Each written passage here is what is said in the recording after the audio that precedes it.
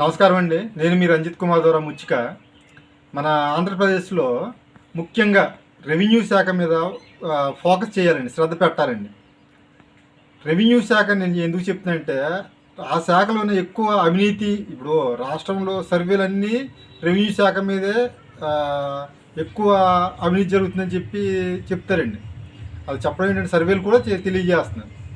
కాబట్టి నేను చెప్పేది ఏంటంటే, మన ఆంధ్రప్రదేశ్ గౌరవ శ్రీ ముఖ్యమంత్రి గౌరవశ్రీ నారా చంద్రబాబు నాయుడు గారు, అలాగే డిప్యూటీ ముఖ్యమంత్రి గౌరవశ్రీ కొణిదెల పవన్ కళ్యాణ్ గారు, అలాగే మన రెవెన్యూ శాఖ కాబట్టి రెవెన్యూ శాఖ మంత్రివర్యులు గౌరవశ్రీ ఇప్పుడు సత్యప్రసాద్ గారు అనుకుంటా, సత్యప్రసాద్ గారు దీని మీద ఫోకస్ చేయాలండి. ముఖ్యంగా సత్యప్రకాష్ గారు దీని మీద స్పెషల్గా ఫోకస్ చేయాలండి. ఎందుకంటే ఆ శాఖ ఆయనదే కాబట్టి, మన ప్రసాద్ గారిదే కాబట్టి, రేపొద్దున్న ఆ శాఖలో ఏమైనా జరిగినా, అవకతవలు జరిగినా, ఆ శాఖ ఏమైనా మచ్చ వచ్చినా ఆ శాఖ పరంగా ఎవరైనా కానీ ఆయన్నే నిందిస్తారండి. ముందు రాజీనామా చేయమంటారు.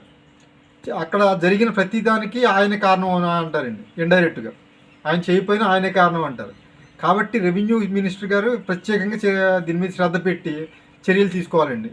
నేను ఎందుకు చెప్తున్నానంటే నేను గతంలో చాలా వీడియోలు చెప్పాను. స్పెషల్లీ నా ఒక్కడి సమస్య కాదండి, రాష్ట్రంలో ప్రతి చోట ఇలాగే జరుగుతుందండి. ప్రతి చోట అది పేపర్లు మీడియాలో వస్తున్నాయి. నాకు కూడా చాలామంది ఫోన్ చేసి చెప్పారండి. అలాగే నా విషయం కూడా గత 6 సంవత్సరాల నుంచి జిల్లా కలెక్టర్ గారేమో ఐటీడీఏపీఓకి చెప్పడం, ఐటీడీఏపీఓ గారేమో తహసీల్దార్ గారిని రిపోర్ట్ ఇమ్మని అడగడం, తహసీల్దార్ గారేమో ఇంకా డిలే చేయడం. అంటే ఎలా డిలే చేస్తున్నారంటే 2018 నుంచి ఈ సంవత్సరం వరకు, అంటే 6 అదొక 2 ఇదొక 6 8 సంవత్సరాల నుంచి అలాగా అప్పుడు ఎంఆర్ఓ అలాగే చేశారు. తర్వాత మధ్యలో బత్తుల సుమతి గారు అని చెప్పి ఆవిడకు అలాగే ఐటీడీఏపీఓ గారు దీనిపై విచారణ చేసి చర్యలు తీసుకోమని ఒకసారి కాదు 2 సార్లు కాదు 4 సార్లు విచారణ చేయమని ఆదేశిస్తే 3 సార్లు గడువులు అడిగి వెళ్ళిపోయారండి. ఇది దీర్ఘకాలిక సమస్య అని చెప్పి వెళ్ళిపోయారు. ఒకసారి చేశారు, ఎంక్వైరీ చేశారు, కానీ ఆ రిపోర్ట్ ఈ రోజుకి బయటికి రాలే. అలాగే ఇప్పుడున్న ప్రస్తుత తహసీల్దార్ గారు కూడా.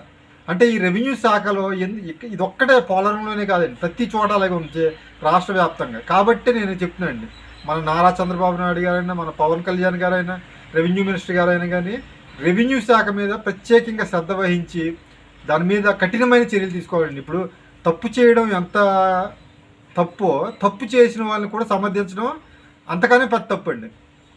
ఇప్పుడు ప్రభుత్వ అధికారులు ఏంటంటే న్యాయం చేయాలి, అర్జీదారులకు న్యాయం చేయాలి. పీజీఆర్ఎస్లో గ్రీవెన్స్లో పెట్టుకున్న అర్జీలకు కూడా న్యాయం జరగట్లేదు, తప్పుడు సమాచారం ఇస్తున్నారు. కాబట్టి ఈ వీడియో ద్వారా నేను అదే కోరుకుంటున్నానండి. ఇప్పుడు జిల్లా కలెక్టర్ గారి వలన కూడా అవ్వదేమండి. ఎందుకంటే ఒక ఇష్యూ మీద నేను టేకప్ చేస్తున్నాను. ఆ ఇష్యూ మినిస్టర్ గారు ఒత్తిడి ఉండబట్టే జరుగుతుందని అంటున్నారండి. అంటే మినిస్టర్ గారు ఒత్తిడి నమ్మడానికి నేనైతే నమ్మలేదండి. ఇప్పుడు నమ్మవలసి వస్తుంది. ఎందుకంటే గత 6 సంవత్సరాల నుంచి దీన్ని సాగదీస్తున్నారంటే, ఇదివరకు ఎమ్మెల్యేలు ఎంపీలే అనుకున్నామండి, స్థానిక ప్రజాప్రతినిధులు. ఇప్పుడు మినిస్టర్ గారి వరకు వెళ్ళిపోయిందంటే దీని మీద ప్రత్యేకంగా ఫోకస్ చేయాలండి. దీని మీద అలాగే కఠినమైన చర్యలు తీసుకోండి. ఈ రెవెన్యూ శాఖని ప్రక్షాళన చేయాలని కోరుకుంటూ ఈ వీడియో చేస్తాను. నమస్కారం.